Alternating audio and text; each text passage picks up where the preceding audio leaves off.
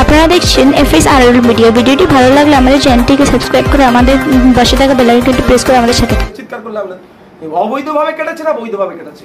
বৈধ ভোটারকে অবৈধ ঘোষণা করলে যে অফিসার ঘোষণা করে তার বিরুদ্ধে লড়াই চলবে, সংগ্রাম চলবে, আইনি লড়াই চলবে, গণতান্ত্রিক প্রক্রিয়ায় প্রতিরোধ গড়ে উঠবে। কিন্তু নওশাদ সিদ্দিকী নাম কেটে দিয়েছে বলে হই করলে হবে না। দেখতে হবে নওশাদ সিদ্দিকী বেঁচে আছে কি মরে গেছে। নওশাদ সিদ্দিকীর ক জায়গায় ভোটার লিস্টে নাম আছে দেখতে হবে। 5 জায়গায় রেখেছে, শুধু থাপ্পা মারবো, 4 জায়গায় কাটলে অসুবিধা হয়ে যাবে। ও সনাতন কাকার নাম কেটে দিয়েছে রে বাবা। আর সনাতন কাকার 5 জায়গায় ভোটার কার্ড বানিয়ে রেখেছিল, ছড়িয়ে আছে। এই ধরনের এই ধরনের ডবল ভোটার কত বাংলায় ছড়িয়ে আছে। এগুলো তো বাতিল করতে হবে। এগুলো বাতিলের কথা বললে নওশাদ সিদ্দিকী কি অন্য কারো সুরে কথা বলছে? এটা অন্যায়। ভারতীয় 18 বছরের ঊর্ধ্বে একটাই ভোটার কার্ড হবে, এক জায়গায় সে ভোট দিতে পারবে। ভারতবর্ষের সংরক্ষিত এলাকা ছাড়া যে কোনো জায়গায় সে ভোটার লিস্ট করতে পারে, সেখানে যে শিফট হয়ে যায়, পার্মানেন্ট শিফট হলে করতে পারে। কিন্তু একাধিক জায়গায় ভোটার লিস্টের নাম থাকলে তো কাটবে। তাহলে কি এই ধরনের পিকেদের নাম বাদ যাবে বলে তৃণমূল আতঙ্কিত অন্যজনকে খেপিয়ে তুলছে? আমি অনুরোধ করব, কাউকে উত্তেজিত করলে আপনারা উত্তেজিত হবেন না। কারণ 2021 সালের কথা বলছি আমি।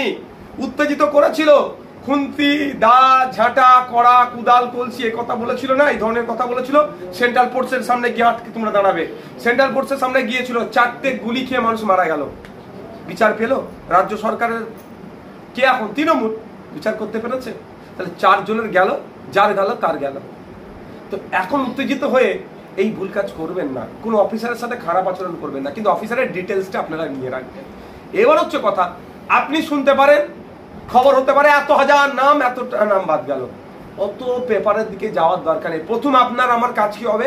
আমি যেমন আমার ফুলফুরা শরীফে আমার বুথ হচ্ছে, মনে হচ্ছে 93 নম্বর বুথ। তো 93 নম্বর বুথে কজনের নাম বাদ গেছে, গেছে, হ্যান গেছে, ত্যান গেছে, আমাকে আগে দেখা দরকার। তারপরে আমার কাজ কি হবে? আমার অঞ্চলে সবার নাম ঠিক আছে না নাই, সত্যতা জানা যাবে। তারপরে আমার কাজ কি হবে? আমার বিধানসভায় দেখা। তারপরে আমি জেলায় দেখবো, তারপরে রাজ্যে। আপনার বাড়ি মধ্যম গ্রামে, আপনাকে বলছে বাঁকুড়ার অমুক বুথের না সবার নাম কেটে ফেলে দিয়েছে। আগে আপনার বুথেরটা দেখুন তো কজনের নাম কেটেছে। তারপরে আপনার অঞ্চল দেখুন, তারপরে আপনার বিধানসভা দেখুন, জেলায় দেখুন, তারপরে যান না। এইগুলো মাথায় রাখবেন। অবৈধ ভোটার নাম কাটবে তো, এই পিকের নাম, যেটা পিকের তো একটা নাম কাটবে। তাহলে পিকের নাম কেটে দিয়েছে, পিকের নাম কেটে দিয়ে চিৎকার করলে হবে না তো। পিকের নামটা কেন কেটেছে? 2 জায়গায় ভোটার লিস্টে নাম আছে বলে। এটা তো বুঝতে হবে। নওশাদ সিদ্দিকীর কথা বলি। নওশাদ সিদ্দিকী মরে গেছে 5 বছর আগে, তো ভোটার লিস্টের নাম এখনো আছে। নওশাদ সিদ্দিকীর নাম কেটে দিয়েছে। আরে বেঁচে আছে কি মরে আছে আগে দেখো। নওশাদ সিদ্দিকী মুসলমানের নাম কেটে দিয়েছে বলে চিৎকার করলাম না। অবৈধভাবে কেটেছে না বৈধভাবে কেটেছে? বৈধ ভোটারকে অবৈধ ঘোষণা করলে যে অফিসার ঘোষণা করবে তার বিরুদ্ধে লড়াই চলবে, সংগ্রাম চলবে, আইনি লড়াই চলবে, গণতান্ত্রিক প্রক্রিয়ায় প্রতিরোধ গড়ে উঠবে। কিন্তু নওশাদ সিদ্দিকী নাম কেটে দিয়েছে বলে হই করলে হবে না। দেখতে হবে নওশাদ সিদ্দিকী বেঁচে আছে কি মরে গেছে। নওশাদ সিদ্দিকীর ক জায়গায় ভোটার লিস্টে নাম আছে দেখতে হবে। 5 জায়গায় রেখেছে, শুধু থাপ্পা মারবো, 4 জায়গায় কাটলে অসুবিধা হয়ে যাবে। ও সনাতন কাকার নাম কেটে দিয়েছে রে বাবা। আর সনাতন কাকার 5 জায়গায় ভোটার কার্ড বানিয়ে রেখেছিল, তাহলে 4 জায়গায় কাটবে ভাই। আপনার সহপাঠী অসীম সরকার, তিনি কিন্তু বঙ্গ বিজেপি যতই এসআইআর নিয়ে সমর্থন করুক,